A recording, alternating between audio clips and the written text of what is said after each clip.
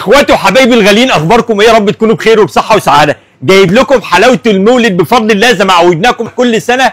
حلاوه المولد باصنافها الجميله وبالسعر الجميل اللي هقوله في اخر الفيديو، وهيكون مفاجاه لاي حد هيسمع الفيديو. بفضل الله جايب لكم حلاوه مولد فرحه، احلى حلاوه مولد بتاخدوها بفضل الله، فيها انواع كتير جدا جدا. بقى نشوف حلاوه المولد في علبه فرحه، يا ترى ايه الاصناف اللي موجوده فيها، وهل تستاهل ان احنا نيجي هايبر مول ونشتريها ولا لا؟ حضرتك ممكن تاخديها هديه لاي حد. وكمان الاصناف اللي فيها زي ما انتم شايفين بسم الله ما شاء الله، خيرات ربنا موجوده في العلبه. تعالوا بقى نشوف ونتعرف على العلبه موجود فيها ايه. موجود فيها 2 سمسميه، وكمان 3 فوليه، وكمان فيها حمصيه، وكمان فيها ملبن، وكمان فيها ملبن بالمكسرات، والملبن بدل النوع الواحد 3 انواع. العلبه ما شاء الله جميله جدا، تنفع هديه تاخدها تفرح اولادك وانت داخل عليهم البيت. موجود كميات مش عينات، وشكل العلبه زي ما انتم شايفين حاجه مبهجه جدا وحاجه تفرح اي حد وانت داخل عليه.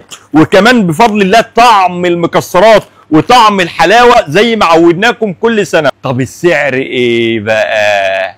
السعر المفروض ان هي تتباع 150، اقول لك 120، اقول لك 110، اقول لك 100، هقول لك هتسيب كومنت وهنقول لك السعر الجامد اللي مش موجود غير في هايبر مول، وهتكون مفاجاه. اشوفكم على خير في فيديو جديد، والسلام عليكم ورحمه الله وبركاته.